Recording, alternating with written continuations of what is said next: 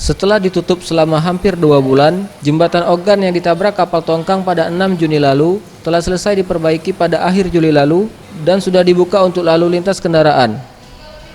Kendati perbaikan kerusakan akibat ditabrak kapal tongkang telah selesai, namun masih akan dilakukan perbaikan lanjutan. Hal ini dilakukan agar jembatan Ogan yang merupakan peninggalan zaman penjajahan Belanda ini dapat lebih tahan lama. Perbaikan akan dilakukan dengan mengganti landasan pada 2 bentang jembatan.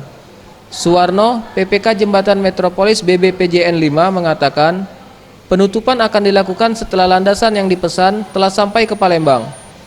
Penutupan arus lalu lintas di jembatan Ogan akan dilakukan selama 1 bulan. Pesanan landasan jembatan itu sampai ke kami itu sekitar 2 bulanan lagi, itu kami tutup untuk jembatan kami angkat untuk kami ganti landasannya. Berapa lama akan ditutup nanti? Kurang lebih sekitar 2 bentang itu sekitar 1 bulanan. Sudah berapa persen perbaikannya, Pak? Perbaikan, kalau perbaikan di luar landasan itu ya akibat ditumbur kapal itu sudah 100%. Dirinya memastikan jembatan Ogan tetap aman untuk digunakan lalu lintas kendaraan selama 2 tahun. Tim Liputan Sriwijaya TV.